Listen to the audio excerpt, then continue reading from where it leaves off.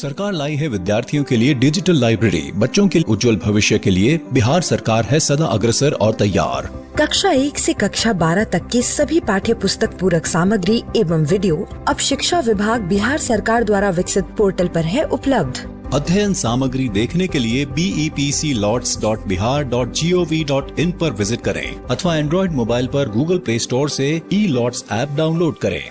शिक्षकों, अभिभावकों एवं बच्चों से अनुरोध है कि इस ई-लाइब्रेरी का अधिक से अधिक लाभ उठाएं और अपनी पढ़ाई जारी रखें। हेलो बच्चों, कैसे हैं आप? जैसा कि आपको पता है कि स्कूल बंद होने के कारण हम अपनी पढ़ाई दूरदर्शन के माध्यम से कर रहे हैं और हमारे लिए क्लास 3 से 5 की पढ़ाई प्रतिदिन दोपहर 4 बजे से 5 बजे तक शुरू हो चुकी है। हमें क्या करना है कि रोज़ाना समय पर अपनी पेंसिल और कॉपी के साथ मेरा दूरदर्शन मेरा विद्यालय कार्यक्रम में शामिल होना है, जहां हम नई नई चीज़ें सीखेंगे, वह भी मनोरंजक तरीके से। तो तैयार है ना आप सब? आज हिंदी की क्लास में फिर खुलेगा कहानियों का खजाना और हम लोग सुनेंगे एक कहानी जिसका नाम है सो जाओ टिंकू। फिर हम लोग कल, आज और कल में सीखेंगे भूतकाल, वर्तमान काल और भविष्य काल के वाक्यों की पहचान करना। उसके बाद मैंने देखा में हम लोग नए नए शब्दों के बारे में जानेंगे और फिर खेलेंगे एक खेल गोलमाल। उसके बाद चलेंगे अपने दोस्त गणित के पास और संख्याओं के बारे में जानेंगे। फिर गुणा के कुछ उदाहरण देखेंगे और एक गेम भी खेलेंगे जिसका नाम है पेंगुइन। उसके बाद जादुई पहेली को फिर एक बार बनाना सीखेंगे और सबसे अंत में पढ़ाई होगी इंग्लिश की, जिसमें हम लोग सुनेंगे एक कहानी माई फ्रेंड्स। तो चलिए शुरू करते हैं आज की क्लास, थोड़ी सी मस्ती थोड़ी पढ़ाई के साथ।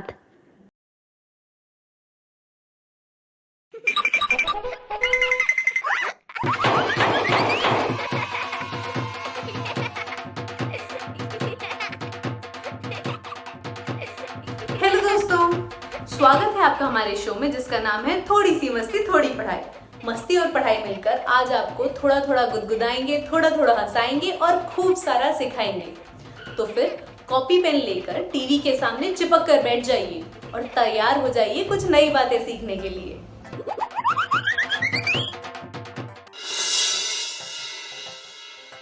रोज की तरह ही हम हिंदी से चालू करेंगे और गणित पे आएंगे।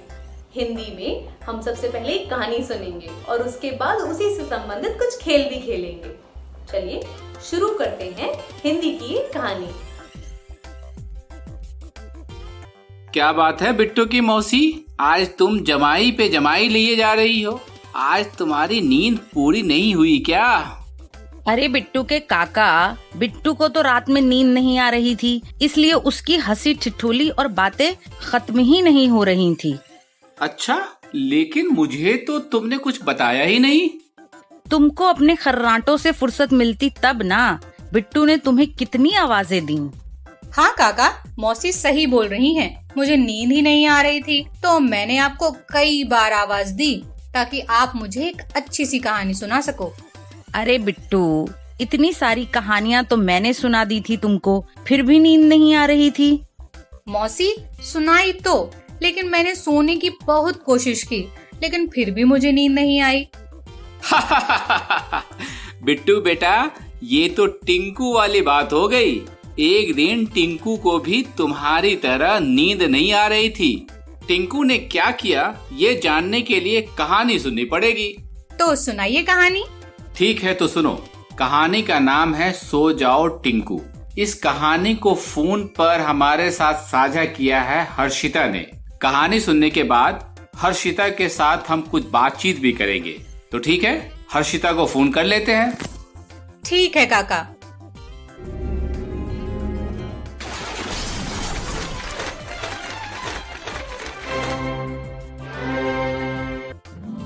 इस कहानी का नाम है सो जाओ टिंकू।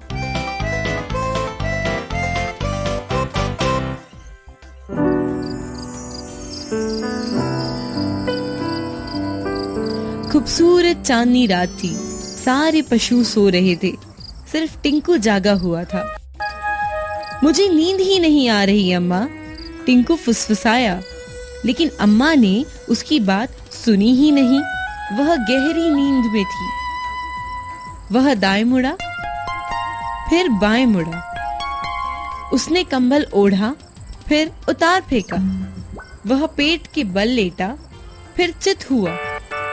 इधर उधर करवट बदली, पर नहीं, वह सो ही नहीं पाया। वह उठा और निकल पड़ा। वह जानना चाहता था कि रात में उसे कौन मिल सकता है। ऊपर आसमान में टिंकू ने चांद देखा, सफेद जगमग करता गोल चांद जो मुस्कुराता हुआ उसे देख रहा था। वह बहुत खुश हुआ। रात बहुत सुंदर है, टिंकू ने सोचा। दूर पेड़ पर पत्तों के बीच टिमटिमाती रोशनी दिखी। वह रोशनी कैसी? वह चकित हुआ। एक छोटी सी रोशनी उड़ती हुई उसके पास आई। मैं एक जुगनू हूँ, जुगनू ने कहा। मैं अंधेरे में चमकता हूँ। क्या तुम मेरे दोस्त बनोगे? टिंकू ने पूछा। हाँ बनूंगा, जुगनू बोला। तभी एक पंछी उड़ता हुआ आया, पेड़ की शाख पर उल्टा लटक गया। तुम कौन हो भाई? टिंकू ने पूछा। मैं चमगादड़ हूँ, उसने कहा। मैं रात के अंधेरे में देख सकता हूँ। क्या तुम मेरे दोस्त बनोगे? टिंकू ने पूछा। हाँ बनूंगा, चमगादड़ बोला। तभी पीछे झाड़ियों में कुछ सरसराहट हुई। कोई छिप रहा था। रुको रुको, तुम कौन हो? टिंकू ने पूछा। मैं एक लोमड़ी हूँ, लोमड़ी ने कहा। मैं रात को टहलने निकलती हूँ। क्या तुम मेरी दोस्त बनोगी? टिंकू ने पूछा। हाँ बनूंगी, लोमड़ी बोली। तभी एक पेड़ से दो चमकती आंखें उसे घूर रही थी। तुम कौन हो? टिंकू ने पूछा। मैं उल्लू हूँ, जवाब आया। मैं रात को अपने भोजन की तलाश में निकलता हूँ। क्या तुम मेरे दोस्त बनोगे? टिंकू ने पूछा। हाँ जरूर बनूंगा, उल्लू बोला।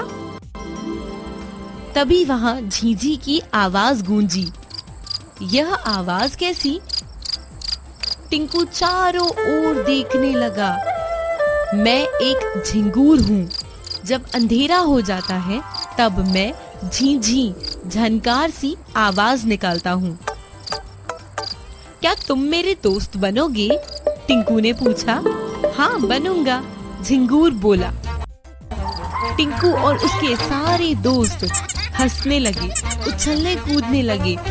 वे इधर से उधर लुढ़के और उधर से इधर, जब तक कि टिंकू को उबासी आने लगी। वह बहुत थक गया था। मुझे नींद आ रही है, अब घर जाना है, टिंकू बोला। This story, So Jao Tinku, is written by Preeti Nambiar and published by Pratham Books under a CC BY license. The audio is a part of the Lend Your Voice campaign of Radio Mirchi and is CC BY NCSA 4.0 licensed. The story was read by Shweta Loya and produced by Anil Batham. Mirchi Cares, a CSR initiative of Radio Mirchi. तो बिट्टू, कैसी लगी तुम्हें ये कहानी? कहानी तो बढ़िया थी काका। रात के समय कौन कौन जागा रहता है यह अच्छे से पता चल गया। हाँ, कहानी तो सच में अच्छी थी। हर्षिता बिटिया, तुम कुछ नहीं बोल रही? मैं आप सभी को सुन रही हूँ चाची जी। ये कहानी मुझे भी बहुत अच्छी लगी। मैंने तो जुगनू को देखा भी है। टिंकू जब जुगनू को देखता है तो बहुत खुश हो जाता है। मैं भी जुगनू को जब देखती हूँ तो उसे पकड़ने की कोशिश करती हूँ। अच्छा, लेकिन जुगनू जल्दी से हाथ नहीं आते हैं। बिल्कुल सही कहा काका आपने। जुगनू को पकड़ना सच में एक मुश्किल काम है। अच्छा हर्षिता, एक बात बताओ, इतनी रात को टिंकू घर से बाहर क्यों निकला? टिंकू को नींद नहीं आ रही थी। उसने सोने के लिए बहुत सारी तरकीब अपनाई, लेकिन फिर भी वह सो नहीं पा रहा था, इसीलिए वह घर से बाहर निकल गया। अच्छा ये बताओ, उसे रात में कौन कौन मिला? उसे रात में जुगनू मिला, उल्लू मिला, चमगादड़ मिला और झिंगुर भी मिला। अब मौसी बताएंगी। मौसी, क्या आपने कभी रात में ऐसे जानवरों को देखा है? हाँ बिट्टू बेटा, गांव देहात में रात में ये सब देखना आम बात है। भूल गई? तुमको भी तो कभी कभी ये सब दिखाई देता है। अरे हर्षिता बिटिया, ये बताओ तुमको इस कहानी में सबसे अच्छा कौन लगा?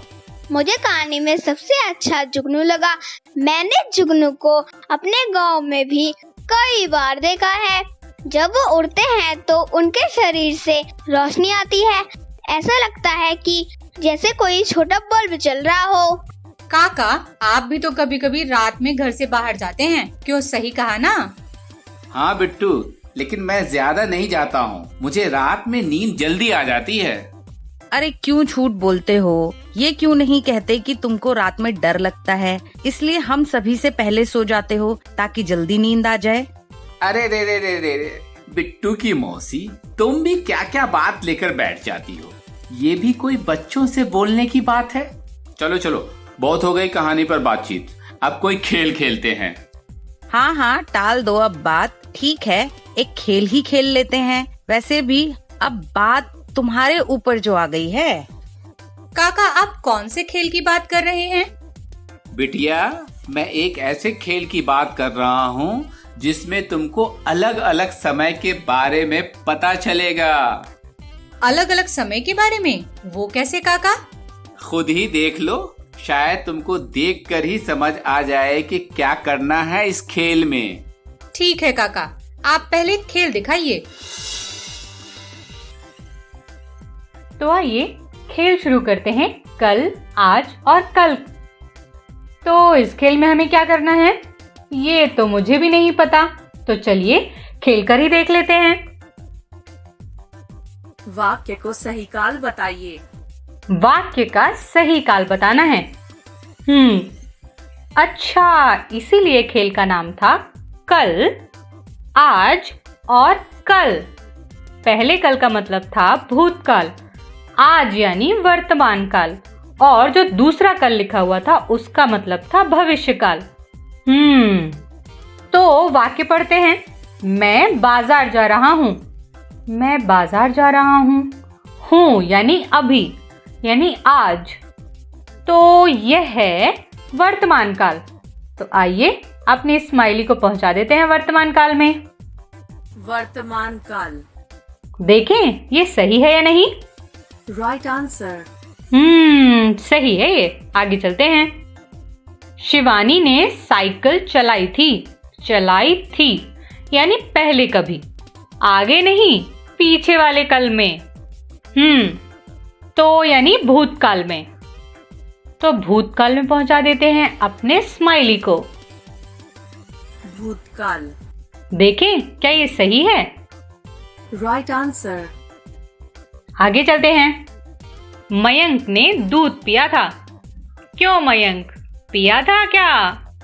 मयंक जहाँ पे भी है, दूध पीना बहुत अच्छी बात होती है, इससे शरीर स्वस्थ रहता है। अरे मैं फिर भटक गई, अपने वाक्य पर आ जाती हूँ। मयंक ने दूध पिया था। मयंक अच्छा लड़का है। लेकिन वाक्य कौन सा है? वाक्य है, सोचो। जी हाँ, वाक्य है भूतकाल। तो पहुंचा दे अपनी स्माइली को भूतकाल में। ये पहुंच गई। भूतकाल। देखें क्या ये सही है? Right answer. आगे बढ़ते हैं। 2 दिन तक नल में पानी नहीं आएगा। अरे तब तो बहुत मुश्किल हो जाएगी। पानी ना आए तो हमारा क्या हाल होता है, ये हम सबको पता है। लेकिन ठीक है, अभी हम वाक्य पर ध्यान देते हैं। 2 दिन तक नल में पानी नहीं आएगा।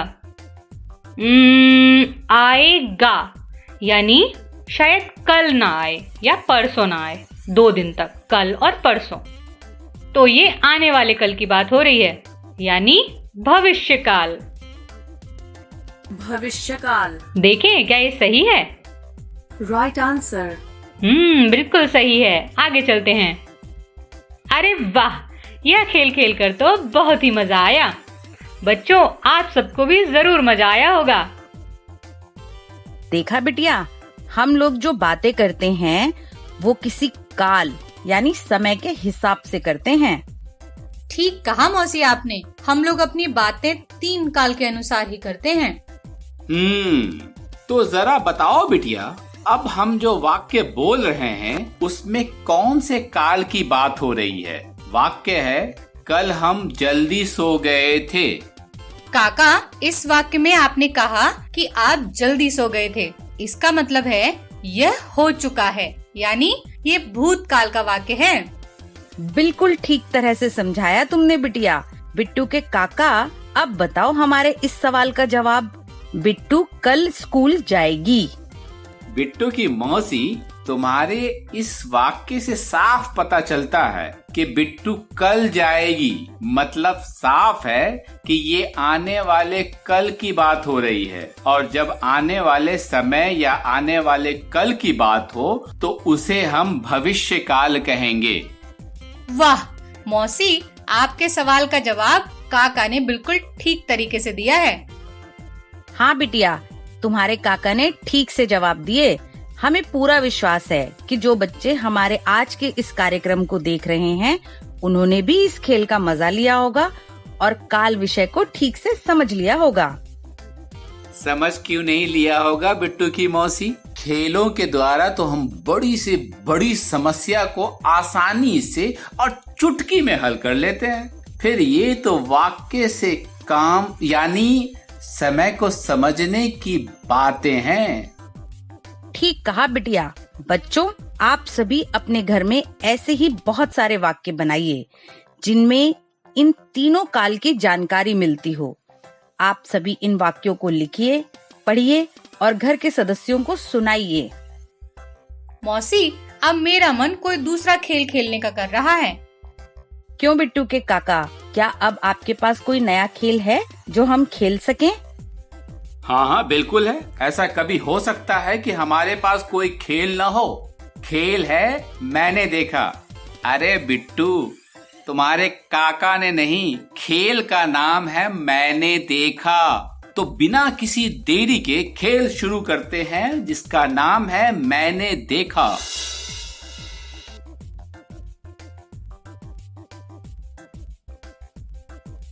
बच्चों, सुबह से आप लोगों ने बहुत ढेर सारी चीजें देखी है ना? जैसे स्कूल में आ रहे होंगे तो रास्ते में गाय देखे होंगे, सड़क के किनारे पेड़ देखे होंगे, है ना? इस तरीके से बहुत ढेर सारी चीजें देखे होंगे ना?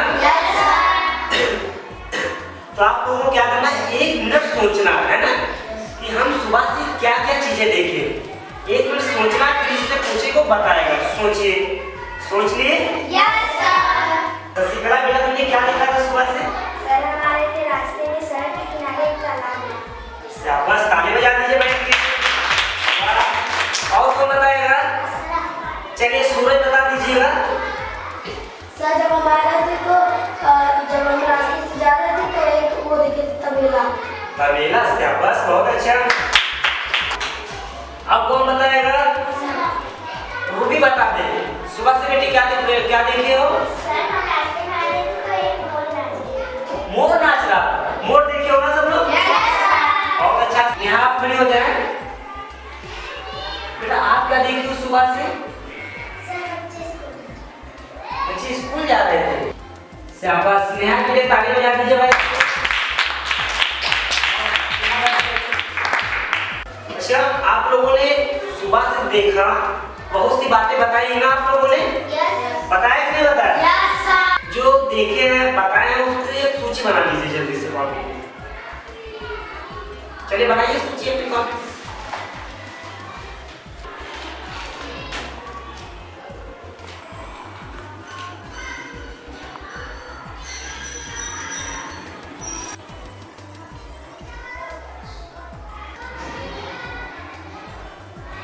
सबकी सूची बन गई? चलिए श्रेया खड़ी हो जाओ सूची लेके अपनी। बताइए क्या क्या देखा? मैंने देखा घर नल, कुत्ता, भैंस, खेत, गाय, मंदिर, पेड़, तालाब। बहुत बढ़िया भाई, श्रेया के लिए ताली बजा दीजिए सबको।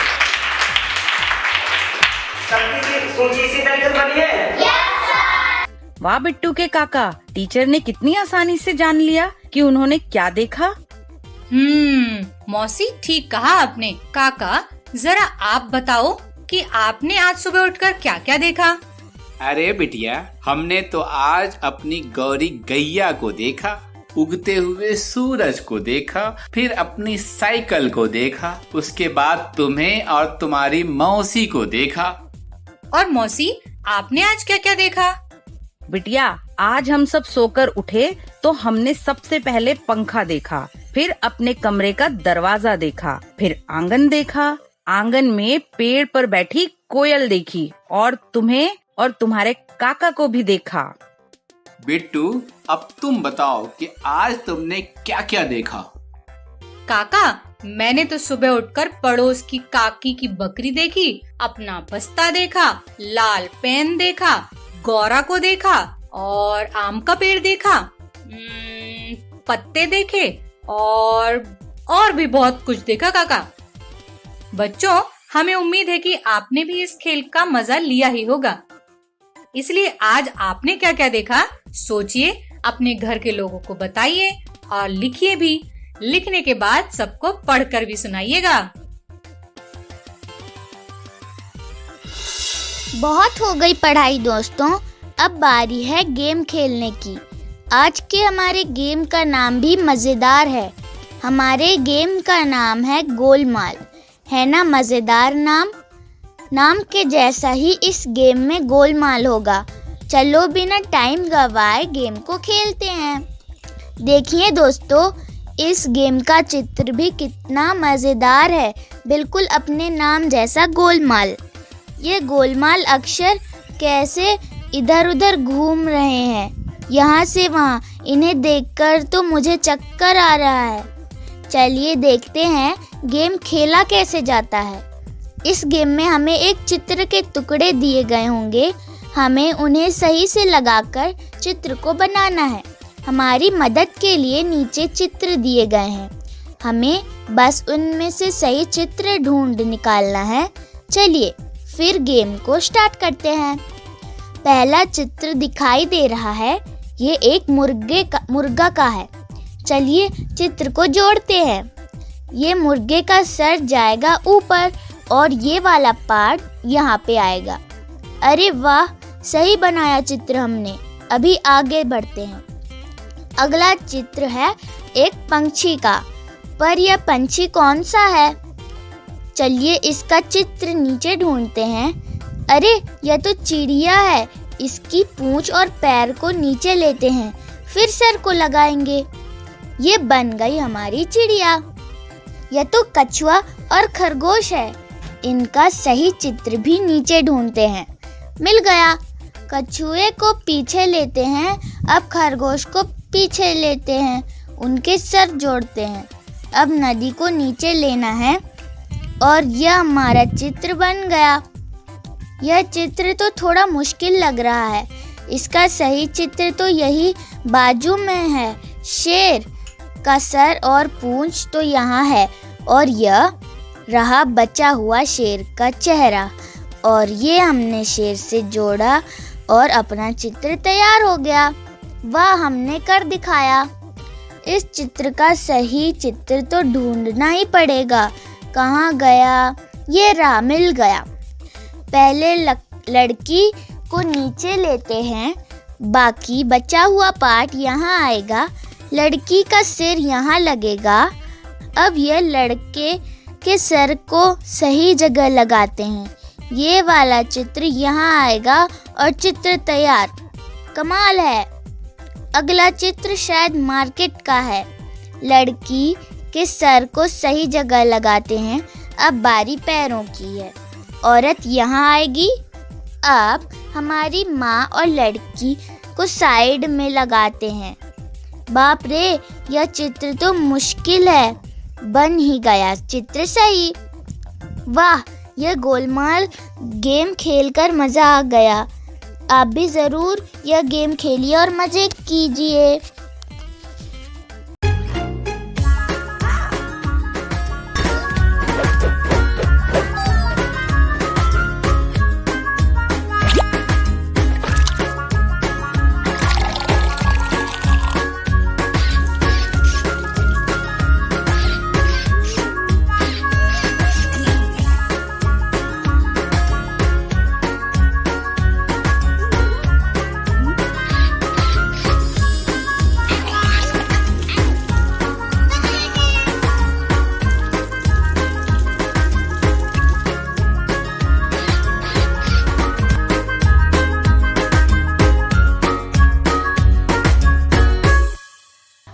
आप लोग आ भी गए। कैसी रही आज की कहानी और खेल कैसे लगे? आशा करती हूँ आपको खूब मजा आया होगा। हिंदी की बातें तो बहुत हो गई, अब हम चलेंगे गणित की ओर। गणित में कुछ खेल खेल में नई चीजें सीखेंगे। कॉपी पेन अभी भी है ना साथ में? तो शुरू करते हैं गणित। हेलो बच्चों, आइए इस एपिसोड में हम संख्याओं को अच्छे से समझने की कोशिश करते हैं। हम एक नंबर लेंगे और उस नंबर के बारे में सब कुछ जानने की कोशिश करेंगे। इस संख्या के साथ चलो शुरू करते हैं। तो बताओ यह कौन सी संख्या है? इस संख्या में दहाई के स्थान पर 2 और इकाई के स्थान पर है 3। तो 2 दहाई अर्थात 20 और 3 इकाई का मतलब 3 ही होता है। इसका मतलब है यह संख्या 23 है। आइए हम 23 को अन्य नंबरों से तुलना करें और देखें कि क्या उनसे यह बड़ा है या छोटा है। हम इसके लिए एक नंबर लाइन का उपयोग करेंगे। संख्या रेखा पर 23 की स्थिति को लाल हीरे से दर्शाया है। देखिए, तो ये जो 23 है यह 2 से बड़ा है। देखिए, और 23 20 से भी बड़ा है, लेकिन 23 45 से छोटा है और 23 83 से भी छोटा है। तो अब हम 23 के बारे में और समझने की कोशिश करते हैं। 23 एक सम संख्या है या विषम? देखिए, एक सम संख्या वह होती है जिसे 2 से पूरी तरह से विभाजित किया जा सकता है और एक विषम संख्या वह होती है जिसका 2 से भाग नहीं जाता है। तो 23 को 2 से भाग करके देखते हैं। यदि आप जानते हैं कि कैसे भाग करना है तो आप 23 को 2 से भाग कर सकते हैं और देख सकते हैं कि यह तो 2 से विभाजित हो ही नहीं रही। और यदि आप नहीं जानते कि कैसे भाग करें तो आप 2 को इस तरह से गिन सकते हैं। 2, 4, 6, 8, 10, 12, 14, 16 और इसी तरह आगे। यदि इसमें 23 आता है तो 23 को 2 से विभाजित किया जा सकता है और यदि नहीं आया तो 23 2 से विभाजित है ही नहीं। देखिए, आप इन नंबरों में कहीं है क्या 23? नहीं है ना। इसका मतलब 23 एक सम संख्या तो नहीं है, इसलिए 23 एक विषम संख्या है। अब क्या 23 एक अभाज्य संख्या है? तो सबसे पहले अभाज्य संख्या क्या है? अभाज्य संख्या वह संख्या है जिसे 1 से और स्वयं के अलावा किसी भी संख्या से विभाजित नहीं किया जा सके। इसका मतलब है कि 23 को 23 के अलावा किसी भी संख्या से विभाजित नहीं किया जा सकता है। वह किसी भी संख्या के गुणन पहाड़े में नहीं दिखेगा। यदि आप 12 का पहाड़ा पढ़ते हैं या 12 तक के पहाड़े पढ़ते हैं तो आपको देखना है कहीं 23 आता है या नहीं। तो देखिए, ये रहे 12 तक के सभी पहाड़े। तो शुरू से शुरू करते हैं। देखिए, क्या 23 है 12 के पहाड़े में? क्या 11 में है?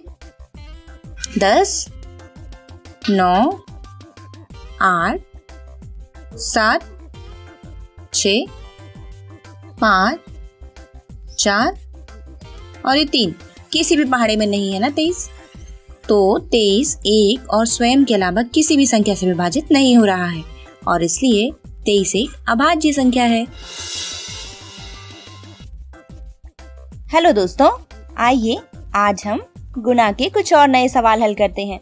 तो सवाल है, 1 किलो प्याज की कीमत 14 रुपए है। तो बताओ कि ऐसी 12 किलो प्याज की कीमत कितनी होगी। सबसे पहला काम है, क्या जानकारी दी गई है? जानकारी दी है कि 1 किलो प्याज की कीमत है 14 रुपए और पूछा गया है 12 किलो प्याज की कीमत कितनी होगी। और ऐसे सवाल में हमें हमेशा करना होता है गुणा। और अब संख्याओं को इकाई दहाई में लिखने की बारी है। तो इस तरह 14 में 4 इकाई और 1 दहाई है और 12 में 2 इकाई और 1 दहाई है। अब बारी है गुणा करने की। तो सबसे पहले इकाई का इकाई से गुणा होगा। इस तरह 4 गुना 2 कितना होगा?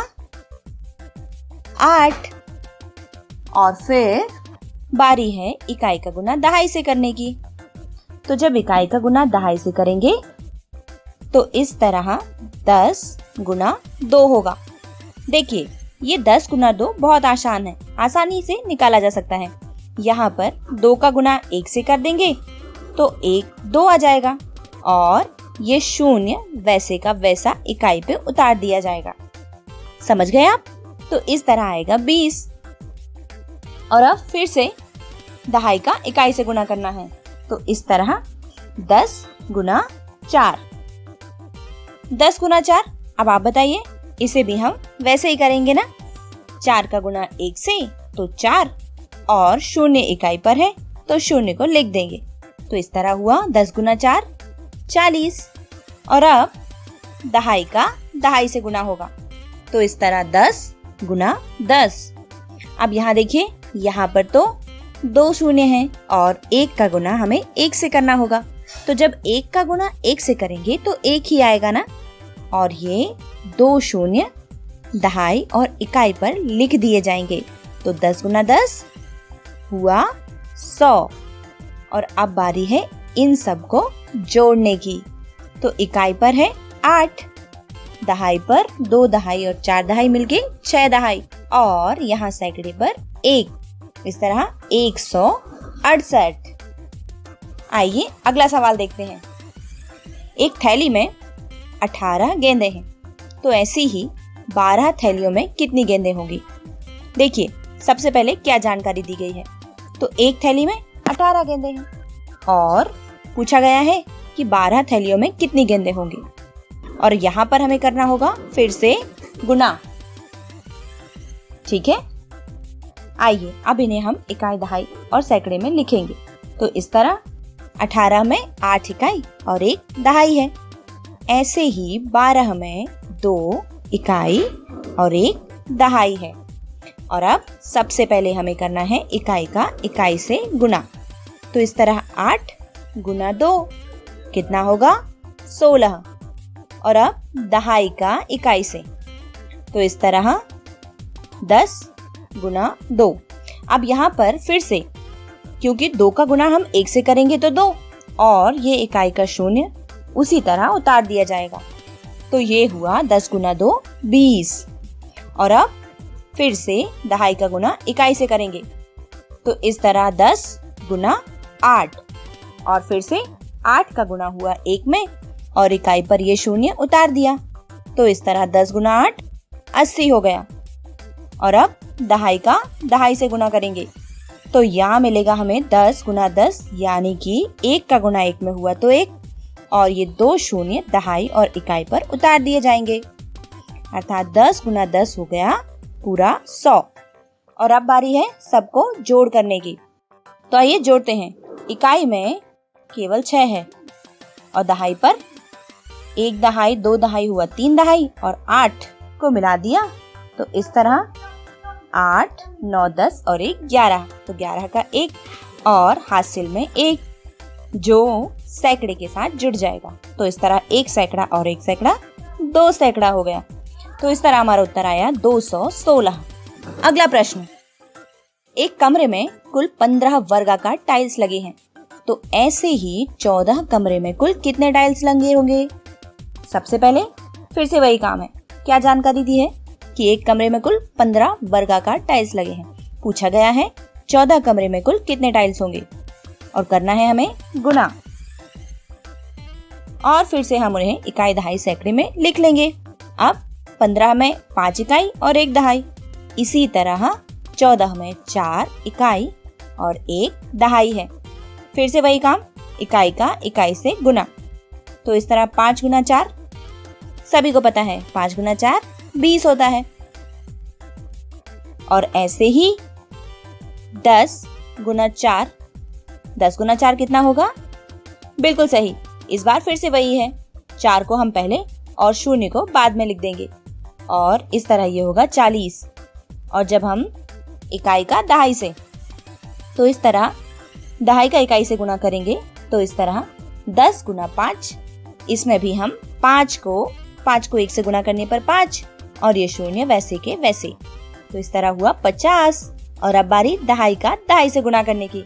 तो अब तक तो आप समझ ही गए हैं कि 10 गुना 10 पूरा 100, क्योंकि 1 गुना 1 हुआ 1 और ये 2 शून्य हम उतार देते हैं वैसे के वैसे, तो इस तरह ये 100। और अब बारी इनको जोड़ने की है। तो इकाई पर तो 0 ही है और दहाई पर 5, 4, 9 और 2, 11 का 1 हासिल 1, जिसे सैकड़े पर लिखकर सैकड़े में जोड़ेंगे। तो इस तरह 1 और 1 2 सैकड़े, तो उत्तर आया 210। हेलो दोस्तों, वक्त हो गया है पेंगुइन गेम खेलने का। ये गेम तो आपको अब याद ही होगा। इस गेम में पहाड़ों की मदद से एक पेंगुइन को उसके घर पहुंचाना होता है। आपको पहाड़े याद है ना? 2 एकम 2, 2 दूनी 4, 2 तिया 6, 2 चौके 8, 2 पंचे 10, 2 छिया 12, ऐसे करके पहाड़े। चलिए अब देखते हैं आपको कितने पहाड़े याद हैं।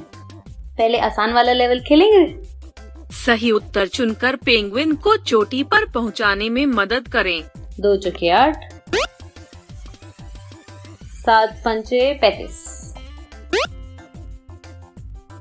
4 सत्ते 28, 4 अट्ठे 32, 3 चौके 12, 5 अट्ठे 40, 7 छिया याद नहीं आ रहा, 7 एकम 7, 7 दूनी 14, 7 तिया 21, 7 चौके 28, 7 पंचे 35, 7 छिया 42, 8 नम 72, 9 दूनी 9 एकम 9, 9 दूनी 18, 18, 7 अट्ठे। मैं तो सोचती रह गई, वक्त खत्म हो गया। एक बार और खेलते हैं, इस बार सही करें।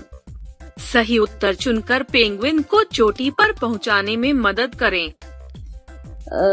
3 अट्ठे 24, 3 दूनी 6, 2 छिया 12, 8 चौके 32, बड़ी लंबी छलांग लगाई इस पेंगुइन ने। 9 नम 81, 5 बचे 25, 6 चौके 24, 4 चौके 16, 7 सत्ते 51 नहीं है 49, 4 नम 36। जीत गए भाई, वाह मजा आ गया। एक बार और, इस बार जल्दी से करेंगे। 8 नम 72, 7 सत्ते 49, पिछली बार भी आया था। 9 तिया 27, बस जीत गए भाई, वाह। देखा दोस्तों, मुझे सारे पहाड़े कितने अच्छे से याद हैं। क्या आपको भी इस पहाड़े इतने अच्छे से याद हैं? पहाड़े याद करने से ही तो हमारा पेंगुइन घर पहुंच पाया। आप भी याद करिए। हेलो बच्चों, आइए आज हम इस जादुई सी पहेली को देखते हैं। आपको पता है ये जादुई क्यों है? देखो तो, इसमें कुछ संख्याएं लिखी हैं, ये रही। अब इन संख्याओं में देखिए आप कि अगर हम इस पहली पे ध्यान दें तो पहली में पहली पंक्ति पर देखिएगा। पहली पंक्ति में देखिए इनका जोड़ कितना हो रहा है, 15। और इस बीच वाली पंक्ति में, अरे इसमें भी 15 है। और इस अंतिम, अरे हाँ, यहाँ पर भी जोड़ 15 ही है। और अगर हम ये कॉलम देखें तो पहला कॉलम, इसका जोड़ भी 15 ही है। दूसरे कॉलम का, अरे इसका जोड़ भी 15। और इस तीसरे कॉलम का जोड़ भी 15 ही है। हुई ना जादुई? अब देखिए, यहाँ से अगर इसको तिरछा देखें तो इनको जोड़ने पे भी 15 है। और यहाँ पर देखें तो 8, 5 और 2, इन्हें जोड़ने पर भी 15 प्राप्त हो रहा है। तो हुई ना ये जादुई पहेली। आओ ऐसी ही जादुई पहेली हम अपनी बनाते हैं। चलो कोशिश करते हैं। ये रही, इसमें आपको पहली पंक्ति में एक बॉक्स और अंतिम पंक्ति में भी 2 बॉक्स दिख रहे हैं ना खाली। हमें उन्हें कंप्लीट करना है और फिर इसे जादुई बनाना है। चलो शुरू करते हैं। तो पहली पंक्ति पे देखिए आप, एक खाली बॉक्स, इसे हम भरेंगे नहीं। अभी हम दूसरी पंक्ति पे चलते हैं। दूसरी पंक्ति में 4, 6 और 8, इनका जोड़ करते हैं। कितना आया? 18। तो इसका मतलब है कि सभी में जोड़ 18 ही होना चाहिए, है ना। अब देखो, सबसे ऊपर वाली पंक्ति में 9 और 7 है और 9 और 7 को जोड़ने पर कितना प्राप्त होता है? 16 प्राप्त होते हैं ना। जी हाँ, तो अब हमें बताना है कि इस बीच वाले बॉक्स में कितना आ जाए कि कुल 18 हो जाए। तो बहुत आसान, इस 18 में से 16 को घटा देंगे तो बचेंगे 16, 17, 18, इसका मतलब 2। तो इस खाली वाले बॉक्स पे 2 आएगा। इस तरह अगर हम 9, 2 और 7 को जोड़ेंगे तो 18 प्राप्त होगा। विश्वास नहीं होता तो करके देख लीजिए कॉपी पे। और अब इस पहले कॉलम में देखिए, पहले कॉलम में 9 और 4 है। अब 9 और 4 तो होता है ये 13 और अब 18 से 13 को घटाने पर पता चल जाएगा कि इस खाली बॉक्स पे क्या आने वाला है। चलो घटाते हैं। तो 13, 14, 15, 16, 17, 18 हुए कितने? 5। तो इस तरह 9, 4 और 5 को जोड़ने पर कुल 18 ही प्राप्त होगा। तो यहाँ तो हमारा 5 आ गया। और अब इस अंतिम पंक्ति को देखते हैं। सबसे नीचे वाली पंक्ति में 5 और 10 हमारे पास है। तो इस खाली बॉक्स में क्या आएगा? बिल्कुल सही, 5 और 10 को जोड़ लेंगे तो कितना हो गया? 15। और 18 से 15 को घटाएंगे तो आएगा कुल 3। तो इस तरह 5, 10 और 3 को जोड़ने पर भी कुल 18 ही होते हैं। बन गई हमारी भी जादुई सी पहेली। चलो एक और बनाते हैं। देखिए, ये है, इसमें भी 3 बॉक्स खाली हैं जिन्हें हमें भरना है। तो सबसे पहले जो भरा हुआ है उसे देख लेते हैं। ये रहा 5, 7 और 9, इनका जोड़ होता है 21। तो हमारा मतलब समझ गए हम कि अब हमें सभी जगह पे 21 ही चाहिए है ना। तो सबसे पहले पहली पंक्ति पे 10 और 8, ये 2 अंक तो दिए हैं। चलो इन अंकों को जोड़ लेते हैं। ये हो गए 18 और हमने क्या किया था? कुल 21 से 18 को घटा देंगे तो इस तरह प्राप्त हुआ 3 और इस 3 को इस खाली बॉक्स में लिखेंगे। देखो तो ये 10, 3 और 8, इन्हें जोड़ने पर 21 प्राप्त होता है या नहीं? 10 और 8 18 और ये 3 जोड़े तो 19, 20 और ये 21। इसका मतलब हाँ, ये हमने सही किया। चलो अब इस पहले कॉलम को देखते हैं। पहले कॉलम पे है 10, 5 और एक खाली बॉक्स। तो 10 और 5 को जोड़ने पर बिल्कुल आसान, 15। और अब 21 से 15 को घटाएंगे तो इस तरह 21 से 15 घटाने पर 6 प्राप्त होगा। ये रहा। और अब 10 और 5 15 और 6 जोड़ने पर 21। मतलब हाँ, हमारा ये वाला बॉक्स भी सही भरा है। और अब सबसे नीचे वाले पंक्ति पे देखो, यहाँ पर 6, 11 और ये खाली बॉक्स। तो 6 और 11 जोड़ लेते हैं ना। बिल्कुल सही है आप, 6 और 11 17 ही होते हैं। तो ये 17 हो गए और अब 21 से इन्हें घटा देते हैं। तो इस तरह 17, 18, 19, 20, 21। इसका मतलब है कि ये 4 इस खाली बॉक्स पे आएगा। और अब 11, 6 और 4 इन्हें जोड़ो तो 6 और 4 होते हैं 10 और 10 20 और ये एक बचा तो 21। बन गई ना जादुई पहेली। तो चलो आप भी अब घर पर एक बार ऐसी जादुई पहेली बनाकर जरूर देखना। फिर मिलेंगे। आज की स्टोरी है दोस्तों के ऊपर। इस कहानी का स्रोत है स्टोरी व्यूवर कम्युनिटी। इस कहानी की लेखिका है रुक्मिणी बैनर्जी और अनुवादक है मनीषा चौधरी। इस कहानी की चित्रकार है रुजुता घाटी। क्या आप गैस कर पाओगे इसका नाम क्या है? सही जवाब, इस कहानी का नाम है माय फ्रेंड्स, मेरे दोस्त। मेरे प्यारे दोस्त, मुझे यह कहानी सुनने की बहुत उत्सुकता है। चलो तो फिर बिना वक्त गवाए देखते हैं और सुनते हैं my friends. I have many friends. Some of my friends are older and some of them are younger than me. Some of my friends are old and some of them are tiny. Some of my friends have tails. Some of my friends have no feet. Some of my friends fly. Some of them swim. Oh, books are my friends too. But who is my best friend? Who? My mother. यह कहानी तो मेरे दोस्तों की तरह ही बहुत प्यारी है, इसीलिए मैं इसे दोबारा सुनूंगी। I have many friends. Some of my friends are older and some of them are younger than me. Some of my friends are old and some of them are tiny. Some of my friends have tails. Some of my friends have no feet. Some of my friends fly. Some of them swim. Oh, books are my friends too. But who is my best friend? Who? My mother. अरे, इस कहानी में तो मेरे जैसे सारे दोस्तों के बारे में बताया गया है, छोटे बड़े, पर जो मनुष्य नहीं बल्कि पक्षी या प्राणी हैं। लेकिन कुछ भी कहो, हमारी सबसे अच्छी दोस्ती हमेशा अपनी माँ से होती है ना? चलो तो फिर इस कहानी को अपनी माँ को सुनाएं।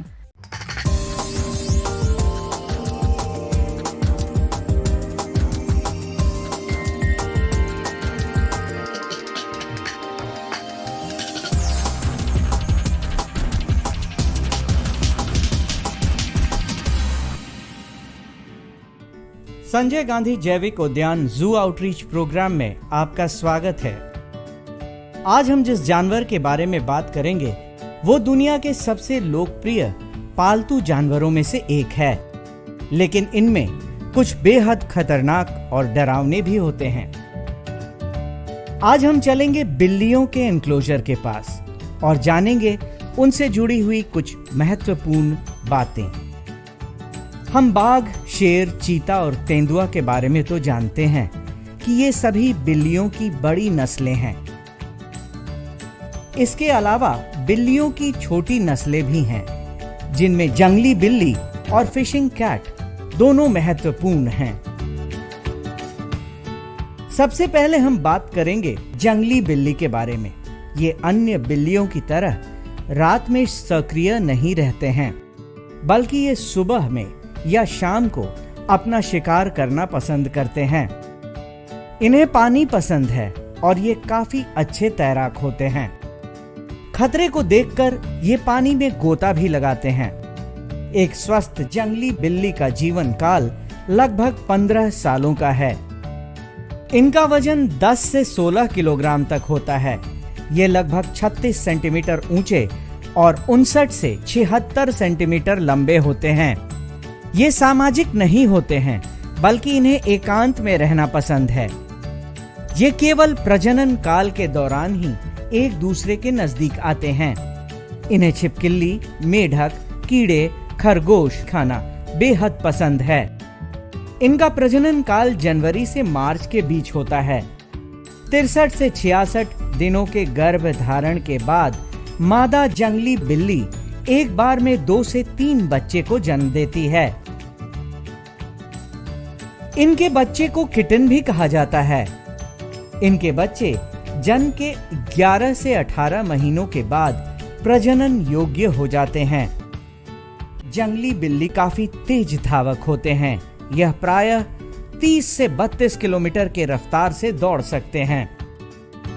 ये एक मीडियम साइज के कैट्स होते हैं जिनका डिस्ट्रीब्यूशन थ्रू आउट इंडिया पाया जाता है। इसके अतिरिक्त ये विश्व के अलग अलग देशों में भी पाए जाते हैं और इनका जो IUCN स्टेटस है वो लिस्ट कंसर्न है और इनमें वो सभी फीचर्स पाए जाते हैं जो टाइगर में पाए जाते हैं। जैसे ये अपने टेरिटरी का मार्किंग करते हैं, इसके अतिरिक्त इन्हें सोलिटरी रहना ज़्यादा पसंद है।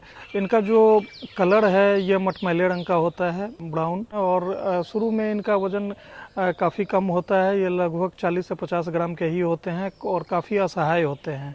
और 10 से 12 दिनों के बाद इनका आँख खुलता है और धीरे धीरे ये मदर का फीडिंग के बाद 5 से 6 महीने बाद वो सेपरेट हो जाते हैं। 1 साल के बाद ये सेक्सुअली मैच्योर हो जाते हैं और पटना जू में ये काफ़ी अच्छे से ब्रीड कर रहे हैं। जो जंगल कैट्स हैं, लेसर कैट्स भी इन्हें कहा जाता है। जंगली बिल्ली के बाद अब हम चलेंगे फिशिंग कैट के एनक्लोजर के पास। मुख्यतः आर्द्र भूमि और अनुकूलित क्षेत्र में पाई जाने वाली इस बिल्ली का मुख्य भोजन मछली होता है। इसी वजह से इन्हें फिशिंग कैट भी कहा जाता है। दुर्लभ विलुप्त प्राय फिशिंग कैट शारीरिक रूप से सामान्य बिल्लियों के तुलना में दोगुने आकार के होते हैं। इनमें मादा का वजन 5 से 9 किलोग्राम का होता है तो नर का वजन 8 से 16 किलोग्राम का होता है। इनकी लंबाई लगभग 57 से 78 सेंटीमीटर तक होती है। इन्हें मछली के अलावे छोटे जानवर, मुर्गी और छोटे आकार की बकरी खाना पसंद है। ये एकांत और निशाचर शिकारी होते हैं। ये दिन में घने झाड़ियों में आराम करना पसंद करते हैं और फिर भोजन के लिए रात को पानी में रहते हैं। ये गजब के तैराक होते हैं। मछली का पीछा करते हुए ये अक्सर कई किलोमीटर तक तैरते हैं। इनका प्रजनन काल जनवरी से फरवरी का होता है। 60 से 70 दिनों के गर्भ धारण के बाद मादा फिशिंग कैट एक बार में 1 से 4 बच्चों को जन्म देती है। इनके शावक लगभग 11 महीनों के बाद प्रजनन योग्य हो जाते हैं।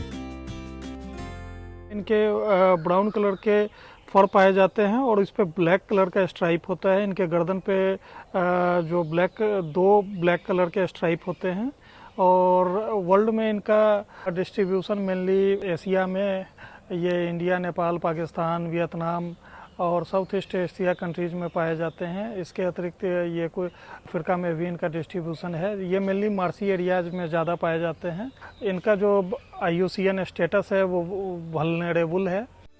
संजय गांधी जैविक उद्यान में मौजूद ये बिल्ली देखने में बेहद आकर्षक लगते हैं और अपने एनक्लोजर में ये काफी चंचल होते हैं। इसी कारण यहाँ आने वाले हर उम्र के दर्शकों के बीच ये बेहद लोकप्रिय हैं और यहाँ आने वाले दर्शक इनके एनक्लोजर के पास आकर इन्हें जरूर देखते हैं। आज के लिए बस इतना ही। कल फिर मिलेंगे पटना जू शो में एक नए एनक्लोजर के पास एक नए जानवर के साथ। तब तक के लिए नमस्कार।